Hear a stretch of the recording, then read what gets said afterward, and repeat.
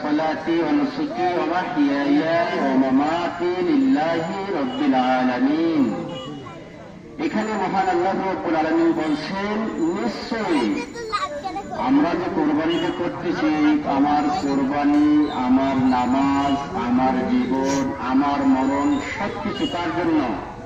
আল্লাহ রাব্বুল আলামিনের জন্য। আমাদের সালাত, আমাদের কোরবানি, আমাদের জীবন, আমাদের মরণ সবকিছু আল্লাহ রাব্বুল আলামিনের জন্য। সবকিছু যদি আল্লাহ রাব্বুল আলামিনের জন্য, আল্লাহ আমাদের যে বিধানটা দিল, এই কোরবানির মধ্যে শিক্ষণীয় বিষয়টা কি?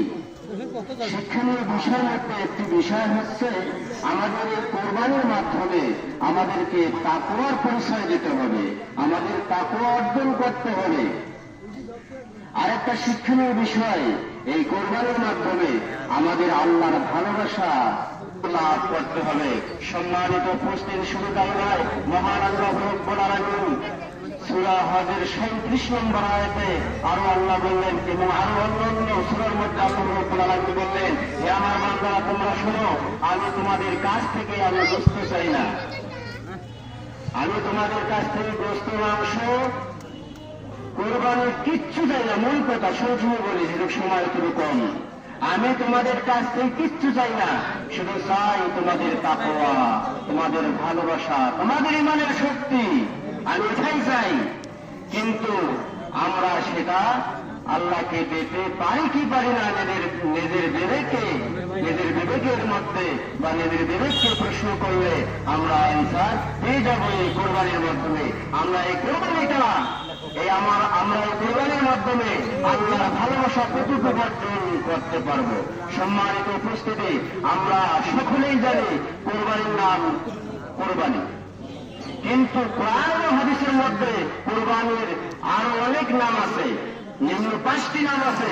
কোরবানির আর এক নাম হচ্ছে নুসুক। সূরা আনামের 162 নম্বর আয়াতে আল্লাহ এই কোরবানির আরেক নাম উল্লেখ করেছেন, নুসুক নাম।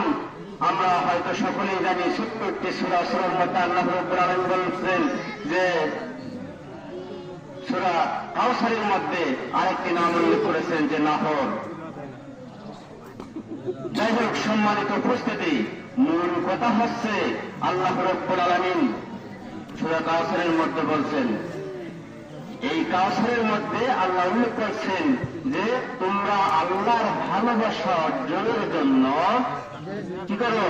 সালাত কায়েম করো এবং আল্লাহ রাস্তায় কোরবানি করো। সম্মানিত উপস্থিতি, কিন্তু এই নামগুলো যে আল্লাহ উল্লেখ করছেন কোরবানি, এর মধ্যে সালাতের কথা আগে বলছেন। যার সালাত আছে, যার নামাজ আছে, তার কোরবানি আছে। যার সালাত নেই, যার নামাজ নেই, তার কোরবানিও নেই। তাই সম্মানিত উপস্থিতি, একটি বছর সাধনা করে কোরবানির জন্য অনেক আগ থেকেই সিদ্ধান্ত নিয়ে অনেক পরিশ্রম করে এই কোরবানিটা যদি আমাদের সঠিক না হয়, আল্লাহর ভালোবাসার জন্য যদি না হয়, এই কোরবানির মাধ্যমে যদি আমরা তাকওয়া অর্জন করতে না পারি, তাহলে আমাদের এই কোরবানি বেকার হয়ে যাবে।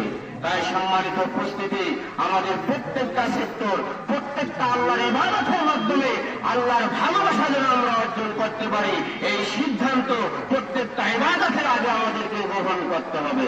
তাছাড়া আল্লাহর ভালোবাসা, আমরা তাকওয়া অর্জন করতে পারবো না। তাই সম্মানিত উপস্থিতি, আসুন আমরা এই কোরবানির মাধ্যমে আল্লাহর ভালোবাসা অর্জন করে, নিয়াত সঠিক করে আমরা কোরবানিটা যেন সমাপ্ত করতে পারি।